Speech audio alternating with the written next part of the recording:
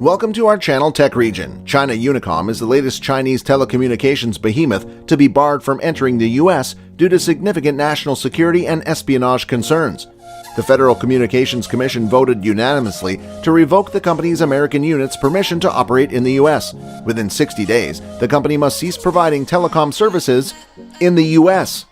The news comes after China Telecom's license to operate in the U.S. was revoked in October. In today's video, we'll discuss China Unicom and the events that led to the Federal Communications Commission's ban. Stay to the end of the video to see if China Unicom deserved to be banned. FCC Chairwoman Jessica Rosenworcel said, "There's been mounting evidence and with it a growing concern that Chinese state-owned carriers pose a real threat to the security of our telecommunications network." According to China Unicom, its American subsidiary had a good record of complying with relevant U.S. laws and regulations and providing telecommunication services and solutions as a reliable partner of its customers over the last 2 decades.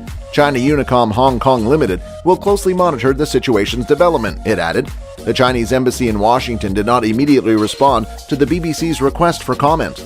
The Guardian reported in December 2020 that a security researcher discovered evidence of a Chinese Unicom surveillance campaign against Americans via Caribbean mobile networks. China Unicom has categorically denied the allegations. Who exactly is China Unicom? China Unicom Hong Kong is one of China's top 3 telecommunications companies. Its parent company, a state-owned China United Network Communications Group, was established in 1994 and is supervised by the State-Owned Assets Supervision and Administration Commission. China Unicom took over the core assets of its parent company and was listed on the stock market. In 2002, China Unicom entered the mobile phone market. It was the first company in China to introduce 3G, third-generation mobile services in 2009, and it has since led efforts to spread the service across the country by constructing base telecommunication stations and other related infrastructure. China Unicom service is used by a little more than 20% of China's 1.3 billion mobile phone users, giving it the second largest market share after China Mobile. China Unicom has also established itself as a major player in the global telecommunications market, with plans to expand its operations in Asia and Africa.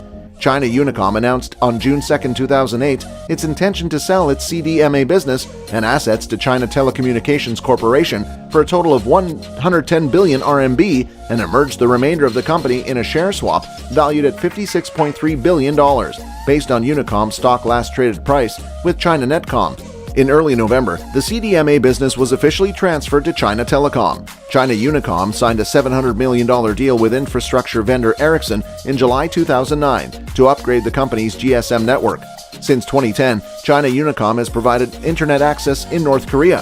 China Unicom was a founding member of the Cloud Computing Industry Alliance in Beijing in April 2012. Baidu, Tencent, and Alibaba are also members of the alliance. U.S. authorities have targeted Chinese technology and telecoms firms in recent years due to national security concerns. President Joe Biden signed legislation in November that prohibits companies deemed a security risk from receiving new telecoms equipment licenses. The FCC should no longer review applications from companies deemed a threat under the Secure Equipment Act. It means that Huawei, ZTE, and 3 other Chinese companies' equipment cannot be used in U.S. telecom networks.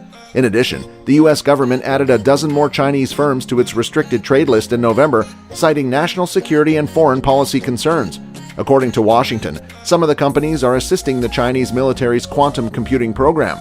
In October, Washington revoked China Telecom's U.S. license, citing national security concerns. According to U.S. officials, the Chinese government's control of the company allows it to access, store, disrupt, and/or misroute U.S. communications. This, in turn, could allow it to engage in espionage and other harmful activities against the U.S., according to the report. China Mobile, the Chinese state-owned telecoms giant, had its U.S. license revoked in 2019.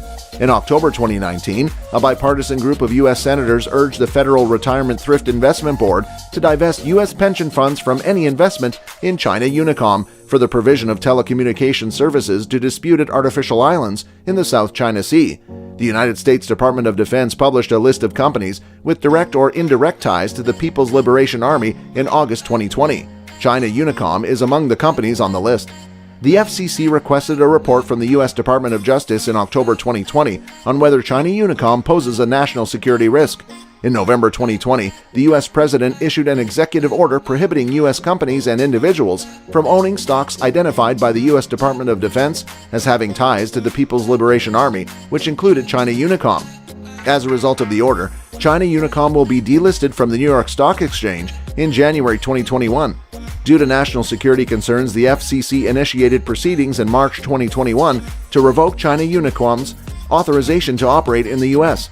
The FCC revoked China Unicom's license to operate in the U.S. in January 2022, giving it 60 days to stop providing telecommunication services.